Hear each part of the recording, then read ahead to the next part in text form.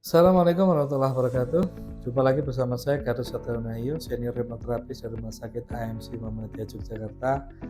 Kali ini saya ingin membahas tetap dalam kerangka hubungan pasangan suami istri. Kenapa ini akhir-akhir ini agak sering ya pasien-pasien pasutri yang merasa ada ketidaknyamanan dalam hubungan mereka dalam sehari-hari. Maka ini saya angkat karena ternyata masih banyak orang-orang yang merasa bahwa perselingkuhan itu hanya disebabkan oleh pihak ketiga. Berbahaya ini, padahal bisa jadi sumber masalah utama bukan hanya pihak ketiga itu hanya datang dengan timing yang pas saja. Jadi sumber utamanya adalah ketidaksadaran bahwa ada perubahan perilaku, ada perubahan komunikasi yang sebetulnya sudah terasa di dalam pergaulan pasangan suami istri ini sehari-hari. Pernah suatu saat ada pasien ibu-ibu parubaya yang usia pernikahan waktu itu belum di atas 15 tahun, masih di bawah 15 tahun. Dan di akhir-akhir tahun di akhir tahun ke-12, ke-13 itu sudah mulai muncul gelagat yang dia merasa agak aneh karena suaminya menyimpan sesuatu gambar-gambar, video-video tentang wanita. Entah itu dari website, entah itu pihak ketiga, kita kurang tahu, tapi yang jelas itu nggak nyaman dia. Maka dia lama-kelamaan tidak tahan, maka dia berusaha untuk menggugat cerai.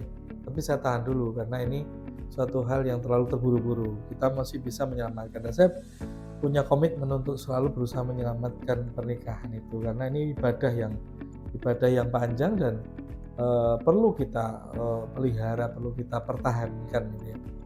Nah, saudara sekalian, ibu ini kemudian kami lakukan interview, kita lakukan hipnoterapi minimal untuk menurunkan tingkat stresnya dulu ya.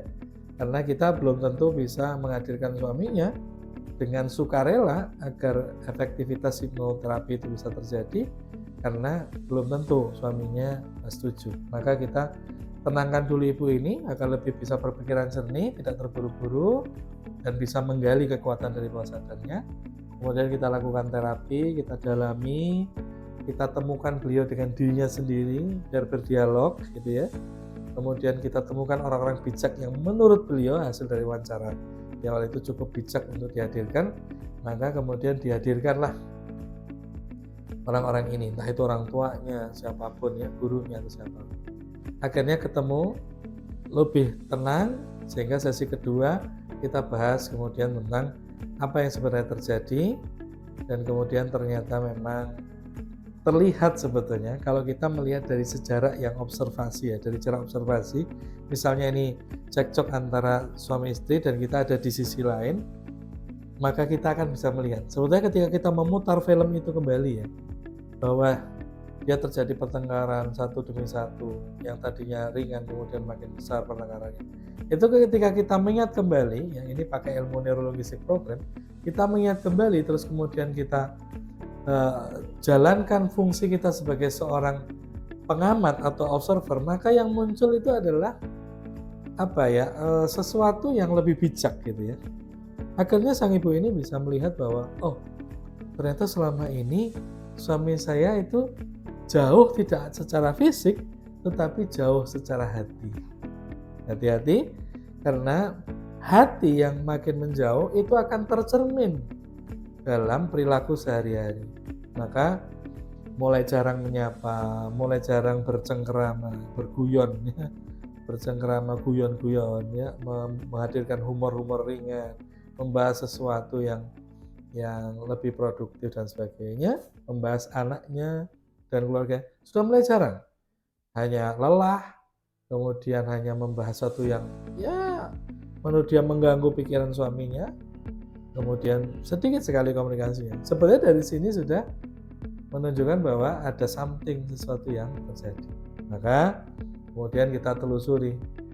Alhamdulillah dengan meyakinkan suaminya bisa hadir dan akhirnya dilakukan terapi yang sama untuk tidak lagi menyukai. Tapi kita perlu berikan jembatan dulu komunikasi. Ya, kita perlu melatih lagi, memberikan edukasi. Bagaimana sih komunikasi yang baik, bagaimana menggali atau menumbuhkan hatinya kembali agar tertaut kembali. Nah, dari situlah kemudian pernikahan ini bisa diselamatkan. Alhamdulillah sekarang sudah semakin banyak hal yang bisa diperoleh dari pernikahan mereka. Demikian, semoga ini bermanfaat. Dan jangan lupa komennya untuk kemudian kita diskusi. Mungkin ada fenomena yang lain yang mungkin itu sangat andal sekali, yang mungkin tidak sempat Anda lakukan di klinik kami. Silakan tanyakan, komentar, kita akan bahas semua. Dan jangan lupa like, subscribe video ini. Siapa tahu akan begitu banyak hal-hal yang mirip dengan yang terjadi pada diri Anda atau orang-orang yang Anda cintai. Maka ini bisa menjadi bahan sebagai pendukung ke arah pemulihan itu. Dari saya cukup sekian. Akhirul kalam, assalamualaikum warahmatullahi wabarakatuh. Salam bahagia manfaat.